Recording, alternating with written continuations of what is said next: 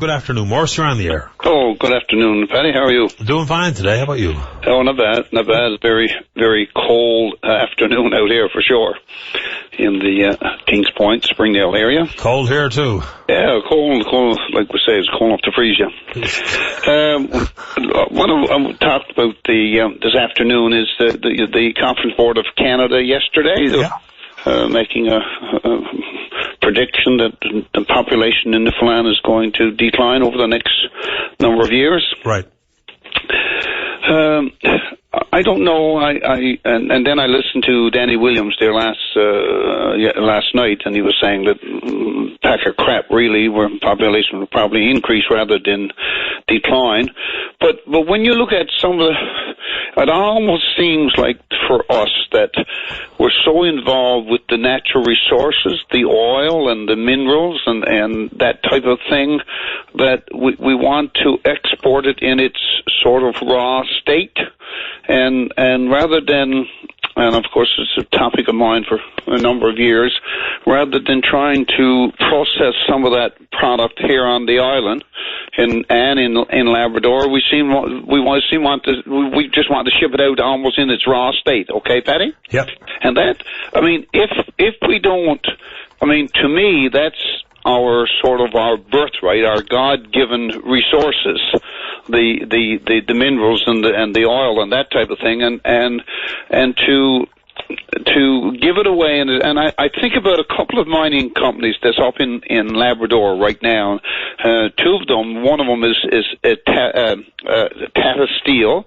I think Tata Steel is an Indian company, and there's another one there, LIM, which is Labrador Iron Mining. And them companies are just going in and blasting the rock with 2 or 3 excavators there, and if it's small enough, if the rock is, I know what I'm talking about because my relatives are working there. I mean, if it's small enough, they just take the excavator and load that ore right into the ore cars. And if it's a little bit bigger, of course, they'll put it through a crusher, and that's all sent down to City Hill down in Quebec for further refining. I mean, to me, that's criminal to allow that to happen, okay? Criminal.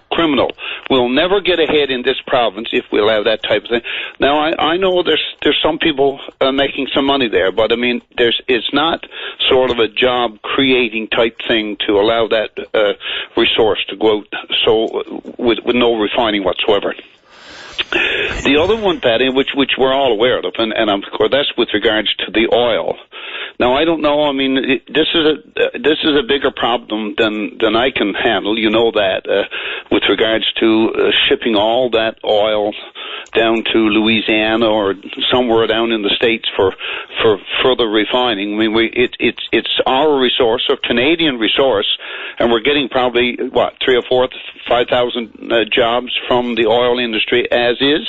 Yep. But yet not one spoonful of that oil is processed in Newfoundland, and yet, the oil industry itself, the refining oil is only just one part of the oil. I mean, all of it. Just imagine the petrochemical industry that's associated with oil development. And so is your position, though, Morris, that every company we do business with offshore, knowing that ownership of the oil, so far as the province or the federal government is concerned, is simply the ability to hold the land lease.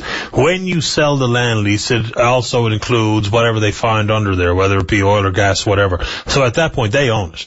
So are you saying that when we sell them a land lease, they explore and eventually produce, that we shouldn't allow them to produce until we do things like build smelters and refineries and otherwise?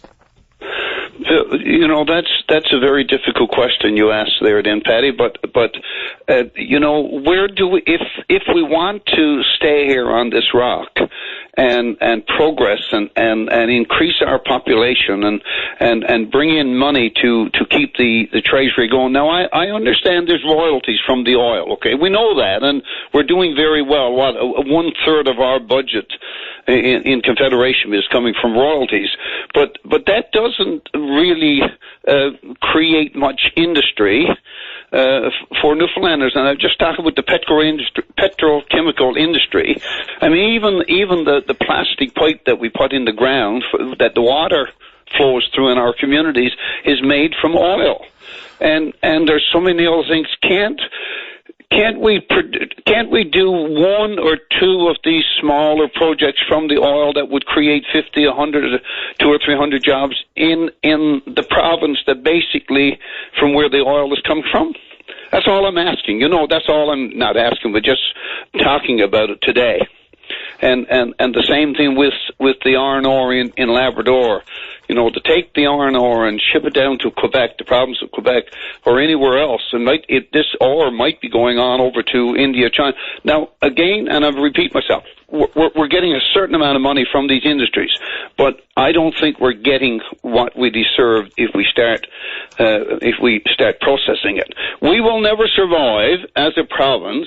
We'll never survive on jobs from Tim Hortons or McDonald's or these sort of what we refer to as tertiary jobs. Paddy?